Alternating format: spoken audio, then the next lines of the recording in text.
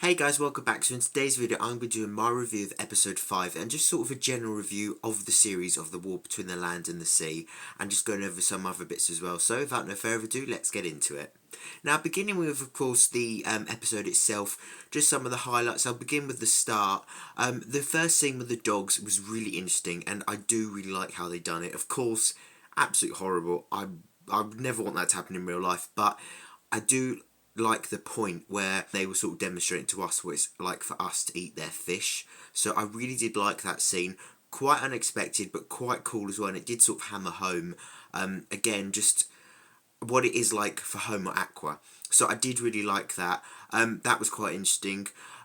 Just again going over the general stuff of the episode. The love story. I'm really pleased with how it ended between Barclay and Salt and them ending up together in the sea. I think that's really sweet. I'm really glad they ended up together, and I did think that was how it should have ended. So I really do like it, and I did really like the love story as well because it feels so believable.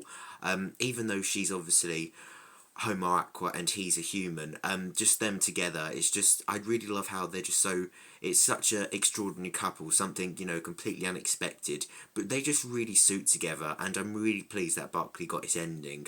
I think it was the best way, to be honest, to handle a character like Barclay, for him to go off with Salt into the sea, and then that's the end of that. So I did really like how they wrapped up all of that. I thought the Homo Aqua virus was very interesting as well. Really dark as well. I liked how they were sort of washing up in the Thames and all of that. And actually, where Kate said, congratulations or shame on us all, I think it's more shame on us all, because I felt really upset for Homo Aqua. It really did upset me because, you know, it was a quite difficult sort of ambassadorial talks, really, because you had the meat and the dogs, and then you had us doing stuff, and then you had them doing stuff, you had the plastic raining down on us. It was quite difficult, but I think we could have probably made a agreement, and we could have settled on something, and they could have helped us and we could have helped them, really. So I think it is a great shame. It's a shame that we never got to see that accord that Salt was actually asking for, and Barclay and Kate and the whole unit team were hoping for. So that's a shame, but I do feel really sorry, especially when they showed the picture of that fish that was also killed as well, the ones that we saw earlier in the series. It's just really upsetting. So it's a shame, and I do like, in a way as well, how Homo Aqua said, we've locked away things deep within the ocean, treasures you'll never find. And to be honest, I think we deserve it. I think it's a great shame. So although at times Homo Aqua felt like the enemy, I did feel really sorry for them in the end. Those last talks were really upsetting. So I think it just reflects on the humans and what we can be like. We've got the plastic pollution, and then how we treat Homo Aqua as well. So that's what I really liked about the series, how it hammered home just what Homo Aqua has to deal with, and what we are like, really, in day-to-day life. So I really like that. And of course, talking about a big part of the episode as well was Kate's arc. Now, that scene with her therapist was incredibly cool. I really liked how she's asking for medication, and the therapist is basically saying, you've got to step down. And then Kate sort of goes on about how, your daughter is not your husband's, and the way she sort of knew it, and she would know that as well, and the way Kate's got power and how she's sort of abusing it in a way, and how she actually got her medication, all of that. That was quite dark. I really did like seeing that from Kate. It was really interesting, and I did really enjoy that. And then, of course, the last scene as well. There's something else I want to talk about the last scene in a second, but talking about that last scene, I really liked how it just ramped up. I mean, I can't believe it. I mean, after everything that the planet went through, with the talks with Homo Aqua, and then someone like that is just chucking the plastic bottle onto the ground to be washed up into the sea. It's just like we learnt nothing, really. Of course, there are people out there like that, but it just comes to show that even after all of that, we don't change. So I agreed with Kate, actually, saying pick up the bottle. And then she gets worse, and then she gets worse. I did expect her to pull the gun out, but to be honest, you would sort of do that in a way, if that makes sense, because you're trying to show that you have the authority. But then she was getting really angry, like probably a bit too angry about it. Although there probably is some debate that you could say that there's no such thing as too angry after a situation like that. But I did feel like she was getting extremely angry. And then it cuts off. Did she shoot him? How did it end? I wonder if we'll ever get an answer to that.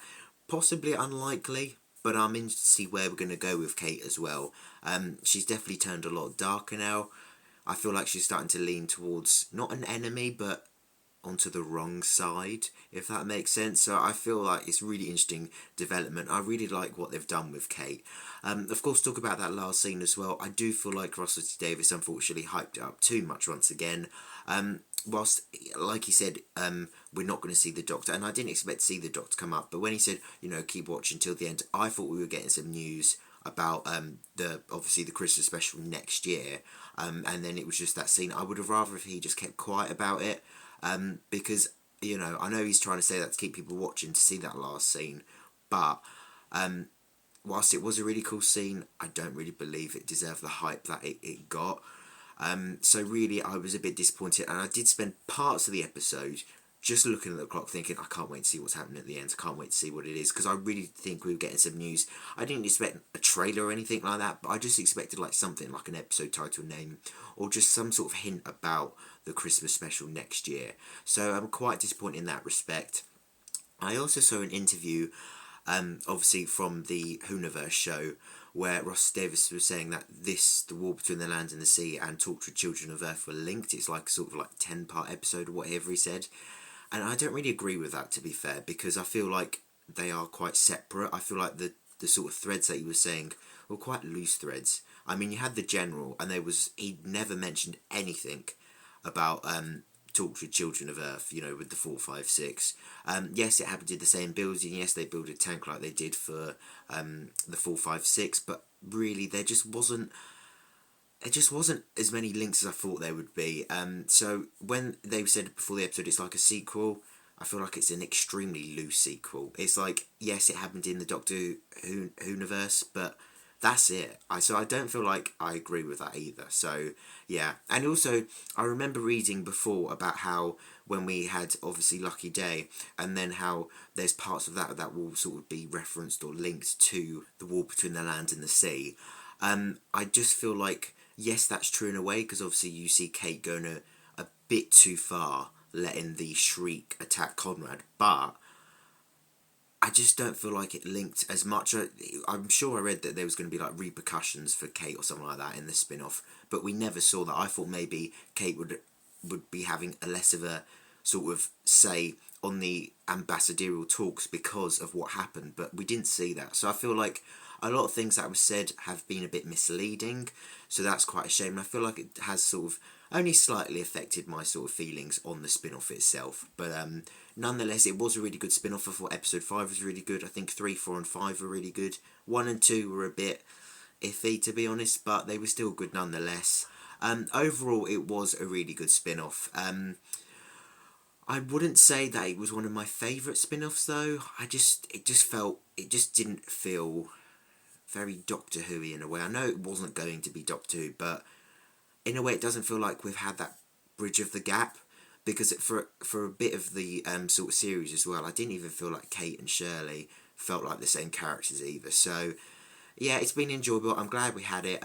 Some really great stuff in there. I do really like the Homo Aqua redesign, or the Sea Devil redesign rather, but I just feel it wasn't as amazing as I was expecting. It was hyped up and it was good, but it wasn't out there. It wasn't what I was expecting. So it was really good. I'd probably rate the series, that's a good question. I would probably rate it, I'm going to say 7.5 out of 10, which isn't too bad, to be fair. I just feel like there could have been a couple more improvements, really, and less of a hype around certain things that just felt misleading.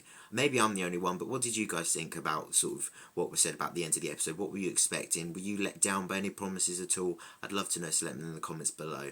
So yeah, those are just sort of my thoughts on the spin-off. Again, I really did enjoy it, and episode 5 was really good. But yeah, they're just sort of my points about it. Now, obviously, talking about Doctor Who as well, we currently have no news. I was expecting, again, I've expected quite a lot, to be fair. I was expecting something to be coming out Christmas Day. Obviously, we had the trailer come out on Christmas Day in 2022 to sort of bridge the gap. I know we only had the ending of the War Between the Land and the Sea on the 21st of December, but I was surprised Russell Davies didn't do anything for Christmas. He normally does do something for Christmas, so I was quite surprised at that. I'm also also partly expecting, although not really, that we're going to get something on New Year's Day. It'd just be nice to get something about the Christmas special, because they're going to have to start filming it soon, I'd imagine. And then also they're going to have to release news about the future series. I look forward to all of that, and I look forward to seeing what news is coming. It'd be just nice to get something. It'd be quite nice to get something on New Year's Day, you know, first day of 2026, and we've got some news for I was going to say the spin-off, the special coming at the end of 2026. But we possibly won't be getting anything for a while, but nonetheless I look forward to seeing, as the year goes on, to see what's happening and the announcement of the series as well, and just what's going on with Doctor Who. Hopefully it's going to be good news. I feel like it might, but I look forward to seeing what's going to be happening, because at the moment all we know is there's a Christmas special and there'll be news about a series in the future, and that's about it. So I'm really looking forward to seeing where Doctor Who is going to be going, so that's really cool. Apart from that, I don't feel like there's much else to say. Behind me I did redo my shelves a bit because I got some bits for Christmas, including the top I'm wearing. A friend got me this. It says Doctor Ho Ho Ho. I really like it, it's quite cool, so I thought I'd wear it for the video. And yeah, that's about it. I hope you all had a great Christmas. I hope you all have a brilliant new year. And sometime in 2026 I'll be making some more videos as well, so I cannot wait to do them. But yeah, thank you so much for watching, guys. I hope you enjoyed the video. Let me know what you thought about episode 5 of The War Between the Land and the Sea, and just about the series in general. I'd love to know, so let me know in the comments below. But like I said, thank you so much for watching. I hope you enjoyed the video, and hopefully see you in my next video soon. Thank you for watching, and take care.